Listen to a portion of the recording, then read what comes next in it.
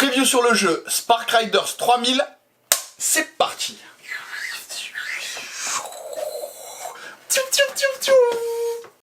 Yo tout le monde, bienvenue sur cette toute nouvelle vidéo sur la chaîne YouTube de Game Trotter. Je suis Pierre-Louis. Je suis Julien. Et aujourd'hui on se retrouve pour une vidéo preview d'une future campagne Kickstarter. On va vous parler du jeu Spark Riders 3000. C'est parti, vitesse de la lumière enclenchée. Let's go! Spark Riders 3000 est un jeu qui se joue de 1 à 4 membres d'équipage Riders. C'est un jeu qui va se jouer sous la forme de scénarios et les scénarios vont durer à peu près une 60aine de minutes. Et il va falloir que vos cosménautes aient 8 ans et plus pour jouer. On doit ce jeu à Maxime Gallet et Quentin Delot. Ouais, et les illustrateurs ils sont au nombre de 3. Il y a tout d'abord Raphaël Minette, Logan Shea et Guillaume Lubert. C'est un jeu qui va se jouer avec une application, du coup vous le comprenez, il y aura besoin de développeurs. Ouais, il y a des gens derrière cette application quand même. Et il s'agit de Monsieur Steven Drouet Et Emilia Roussel. Ça fait un petit peu de monde pour créer ce jeu, mais vous allez voir que le jeu en vaut la chandelle. Wow. Et l'éditeur n'est autre que Arcada Studio. Arcada Studio, c'est une maison d'édition qui fait des jeux hybrides. C'est assez particulier, vous allez parler à votre jeu.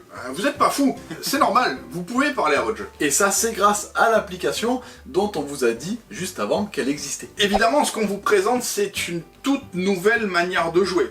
Vous vous retrouvez à pouvoir directement parler à votre jeu, parler à l'application qui va potentiellement vous répondre. Ouais, c'est comme si vous parliez à Siri sur iPhone ou à Google sur votre téléphone Android, c'est exactement pareil. L'application du coup va vous permettre de renouveler complètement ce qui passera durant votre partie et d'animer finalement votre gameplay. C'est la marque de fabrique d'Arcada Studio, ils ont déjà créé Irune, un jeu hybride dans le même esprit, où là vous incarniez des aventuriers qui allaient explorer des donjons. Là, fini, on se retrouve dans l'espace. Vous êtes dans un jeu complètement coopératif dans lequel vous essayez de livrer des cargaisons un petit peu particulières. Tout ça pour un tout petit but, minime. Tout petit, vous voulez juste sauver l'humanité. C'est tout. C'est juste ça. Et pour sauver l'humanité, vous allez incarner les Spark Riders. Vous êtes les membres d'équipage du Spark, les Riders, et vous êtes complètement en coopération les uns avec les autres. Et pas seulement avec les autres, avec l'application qui correspond à l'IA nommée Iris. Vous avez une mission qui est plutôt lourde, on vous a confié quand même une technologie hyper avancée. C'est la technologie la plus développée, l'intelligence artificielle la plus développée de la galaxie. Vous allez au cours de chaque mission pouvoir vous déplacer à travers l'espace pour aller justement livrer votre précieuse cargaison. Lorsque vous arriverez à bon port et plutôt intact, c'est là que vous pourrez gagner la partie. Ouais, parce que ça va pas être si facile que ça, vous vous en doutez bien. On est pourchassé par des super pirates aliens de l'espace. Votre tête a été mise à prix, la cargaison visiblement aussi, et vous vous retrouvez à être vraiment pourchassé. Ah oui, ça va être le foutoir complet, ça va arriver dans tous les sens, il va falloir se défendre, améliorer son Spark et le réparer potentiellement. On est suivi là, non? On est suivi? Oh putain, on est suivi. Qu'est-ce qui se passe?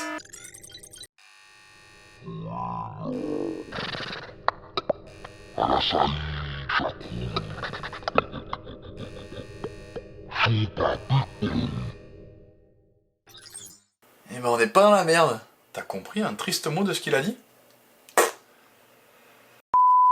Au tout début de la partie, vous avez votre vaisseau, le fameux Spark, posé sur la table. Déjà, la forme vous dit un petit peu quelque chose, ça vous permettra de repérer les différentes salles. Et maintenant, ce que vous pouvez faire, c'est écouter l'application. Ouais, vous allez commencer par choisir le nombre de joueurs que vous êtes, les personnages que vous allez incarner, et ensuite vous allez choisir votre scénario.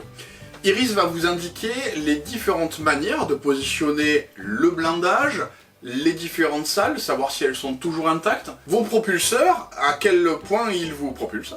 Et potentiellement les armes qui sont déjà équipées sur le vaisseau. Vous démarrez pas tout nu. C'est aussi ça qui est plutôt cool, c'est que le vaisseau et Iris sont quand même plutôt avec vous. Ouais, on commence déjà pas trop mal, mais vous allez voir qu'il va vite falloir passer au niveau au-dessus. Maintenant, ce qui va se passer, c'est que vous allez alterner différentes phases entre la phase de Iris, la phase des ennemis, les pirates de l'espace, et votre phase à vous, les Riders. Et durant votre phase de joueur, où vous incarnez donc les membres d'équipage du fameux Spark, vous allez devoir réaliser différentes actions sur le vaisseau, potentiellement simultanément. Votre objectif, dans un premier temps, si vous avez du temps libre, c'est peut-être de vous blinder et d'arriver à construire des choses à travers le Spark qui vous permettront de vous défendre dans un second temps. Comment ça va se dérouler? C'est très simple, vous avez 3 déplacements possibles à l'intérieur des salles du Spark, et ensuite une action au choix parmi 3 différentes. Il faut imaginer que grâce à votre action bricolage, vous allez pouvoir construire, réparer et améliorer votre vaisseau. Vous allez pouvoir construire des nouveaux éléments, comme par exemple des nouvelles tourelles. Vous allez pouvoir améliorer ces précédentes tourelles, ou vous allez pouvoir réparer, par exemple, une salle complète. Et si vous devez réparer une salle, c'est que forcément, juste avant, vous vous êtes fait tirer dessus.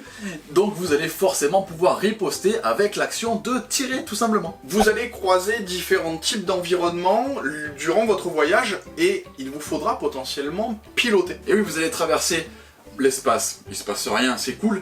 Mais après, vous allez avoir des tempêtes solaires, des champs d'astéroïdes, ça va vite être le boxon dans l'espace. Il va forcément falloir manœuvrer. Vous avez 2 types de pilotage, vous allez pouvoir le rendre finalement un petit peu croisière, alors forcément vous mettez quand même les gaz, hein, il faut pas rigoler, mais vous pouvez aussi le rendre offensif, en quelque sorte faire des roulés-boulés dans tous les sens, histoire de potentiellement, dans de faibles proportions, tuer un ennemi. Là, c'est la guerre des étoiles, hein. C'est la bataille spatiale de ouf. Mais vous l'aurez compris, ces différentes actions sont un petit peu les actions types que vous allez pouvoir réaliser dans un jeu coopératif où il va y avoir de la baston. Et ces actions-là, elles vont être plus ou moins bonifiées par vos personnages, parce qu'on est sur un jeu asymétrique, et donc chaque personnage a sa propre spécificité pour une ou plusieurs actions. En plus de ça, chaque personnage pourra, lors de son déplacement, laisser quelque part un coup de main. Un petit jeton qui permettra aux autres joueurs d'arriver à l'utiliser comme un bonus. Ouais, durant votre déplacement, vous le laissez dans une salle, le joueur qui veut faire une action dans cette salle, il aura justement, comme tu le dis, ce petit bonus supplémentaire pour une action donnée. C'est clairement une partie de l'interaction entre les joueurs, et ça va vous forcer aussi à beaucoup communiquer avec les autres joueurs pour arriver à correctement les placer. Vous allez voir que la communication est un super gros facteur dans ce jeu, sinon vous êtes mort. C'est primordial, même si on vous entend pas crier dans l'espace, il vous faudra commencer à communiquer. Et des fois même que la communication est rompue entre les joueurs. Ça, c'est assez balèze. Évidemment, quand on vous parle de ça, on a tout de suite envie de vous parler des différentes attaques et de ce que pourrait vous donner Iris en termes de sensation de jeu. Ouais, parce que l'application, elle emmène forcément des événements auxquels vous ne vous attendiez pas du tout. Les ennemis vont potentiellement être générés par l'application et sont carrément imprévisibles. Au niveau de ce qui va se passer en sensation de jeu, c'est assez incroyable. Ouais, donc là on rentre dans la seconde phase d'un tour de jeu d'une petite manche, c'est la phase des ennemis. Les ennemis vont déjà arriver à vous suivre. Ouais, ils arrivent par derrière déjà. C'est pas très franc, ça. On les voit au loin. Ouais, c'est déjà des ennemis, mais en plus, un peu pas honnêtes. Vous les voyez arriver, donc vous connaissez leur force d'attaque ainsi que leur défense. Vous allez pouvoir commencer à vous préparer. Et au tour suivant, ils viennent soit à gauche, soit à droite de votre vaisseau, et ils tirent direct.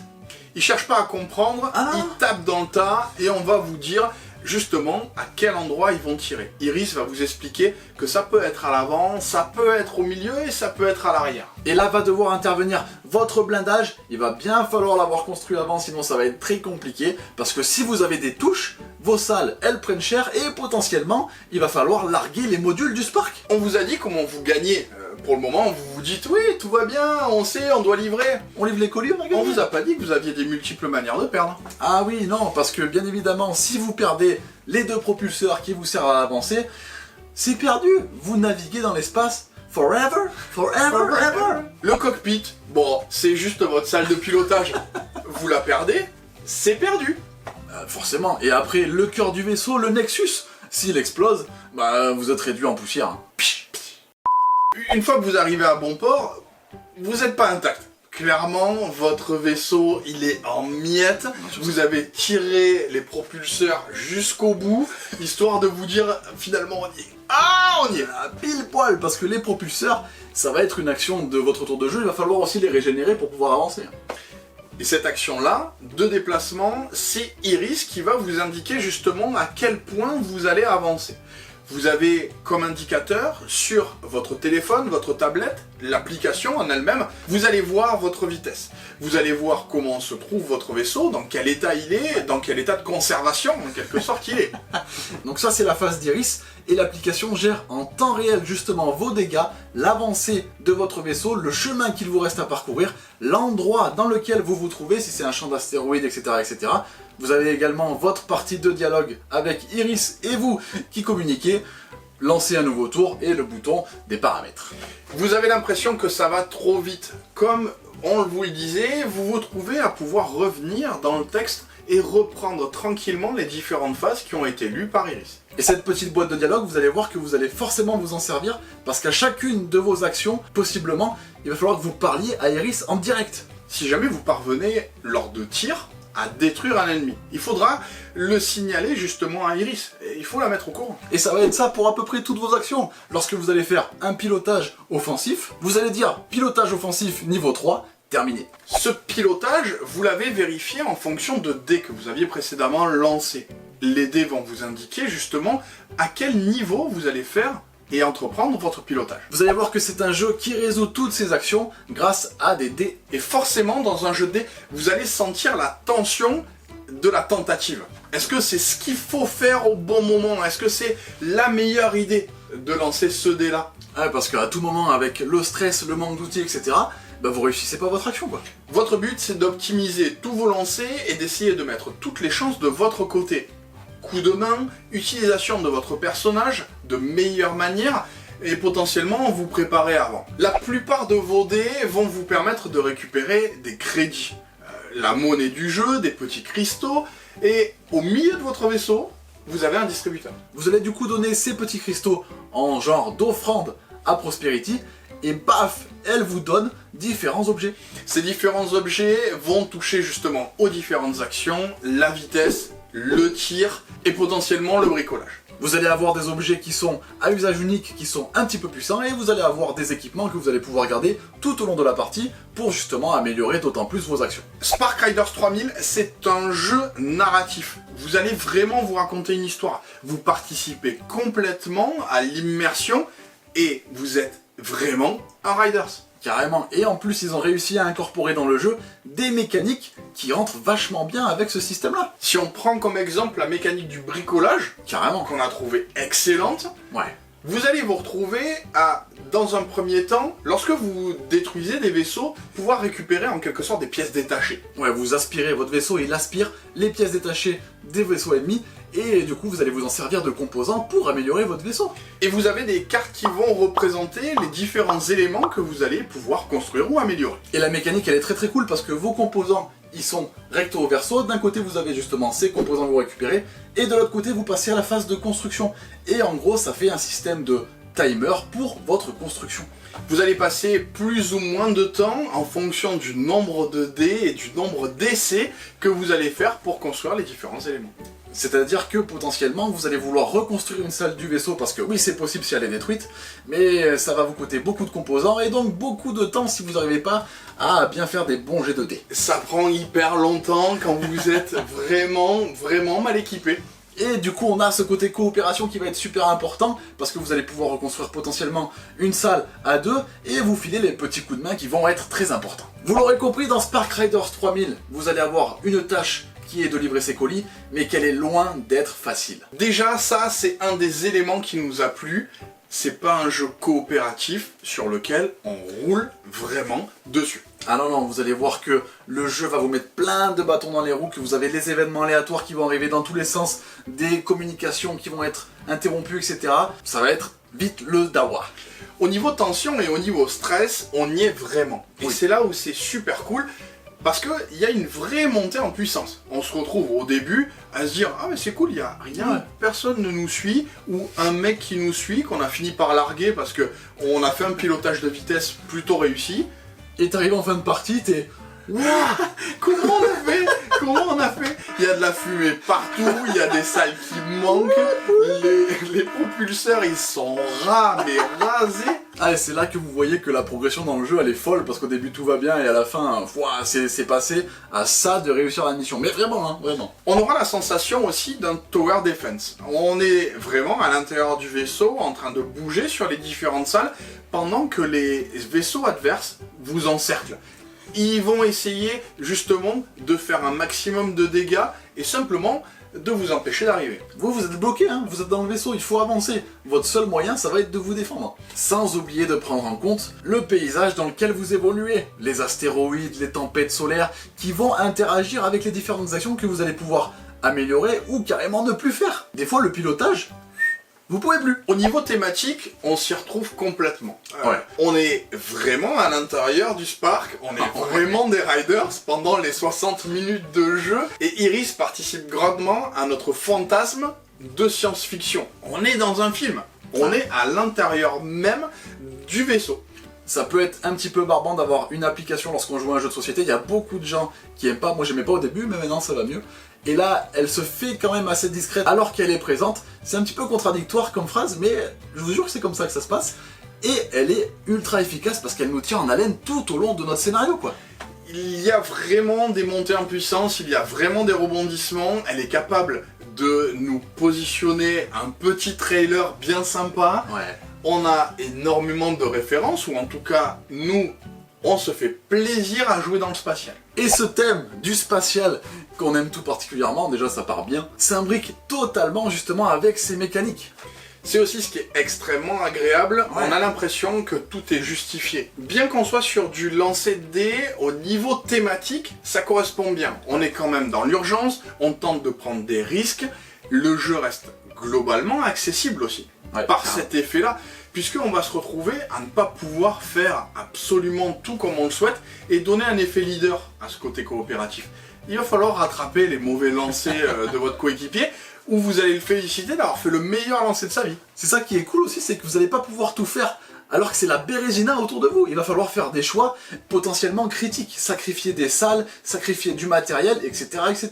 Au niveau du matériel que propose Spark Riders 3000, on est sur une version, nous, prototype, mais il est déjà de très bonne facture, ça promet de très belles choses. On n'a pas du tout la sensation de jouer justement sur un prototype. Ouais, non, c'était déjà de très bonne facture, et quand on voit ce qu'ils ont fait sur Irune, On sait et on peut faire confiance, là c'est même pas, c'est prometteur, c'est assuré. et si on vous parle en preview de ce jeu, c'est parce que forcément derrière, il y a la campagne Kickstarter. Arcada Studio lance le projet sur Kickstarter à partir du 13 septembre. Évidemment, on compte sur vous pour aller voir cette campagne et potentiellement le Spark recrute. Oui, engagez-vous dans le Spark. Allez sauver l'humanité, quoi. C'est un bel objectif de vie, sans déconner. Ouais, un tout petit truc quoi, l'humanité. Durant cette campagne, si vous connaissez les campagnes de financement participatif sur Kickstarter, vous vous en doutez, vous allez forcément débloquer des stretch goals. Vous pouvez déjà vous imaginer ce qu'on va pouvoir débloquer. Des nouveaux personnages, des nouveaux modes de jeu, potentiellement des scénarios supplémentaires. Ouais, il va y avoir une multitude de choses à débloquer, c'est pour ça qu'il va falloir suivre cette campagne de très très près. Si le jeu vous intéresse, bien évidemment, vous retrouvez le lien de la campagne Kickstarter dans la description. Tu dis bien Kickstarter. J'ai bien Kickstarter. Kickstarter. On espère que cette vidéo vous aura plu. On voulait remercier Arcada Studio de nous avoir fait confiance et de nous avoir permis de tester le prototype. Ouais, parce que c'est notre première vidéo sponsorisée sur la chaîne. Donc merci à Arcada Studio de nous faire confiance sur ce projet-là. Le jeu nous a énormément plu. C'est en premier lieu pour ça qu'on vous en parle. Et du coup, on est forcément très content d'avoir pu vous présenter Spark Riders 3000. Si vous aussi vous sentez l'âme d'un Spark Riders, n'hésitez pas à commenter cette vidéo. Marquez-nous en commentaire, je suis un Spark Riders, je vous rejoins au sein du Spark pour sauver l'humanité. Ça fait long comme commentaire, mais c'est cool. Vous pouvez aussi commenter comme un alien de l'espace si ça vous tente. Bien évidemment, on n'hésite pas à s'abonner à la chaîne, à liker la vidéo. Et à la partager parce que ça nous fait immensément plaisir lorsque vous partagez notre travail. On se retrouve tout bientôt pour une prochaine vidéo. Et bien évidemment, en attendant, Jouez bien. jouez malin. Terminé.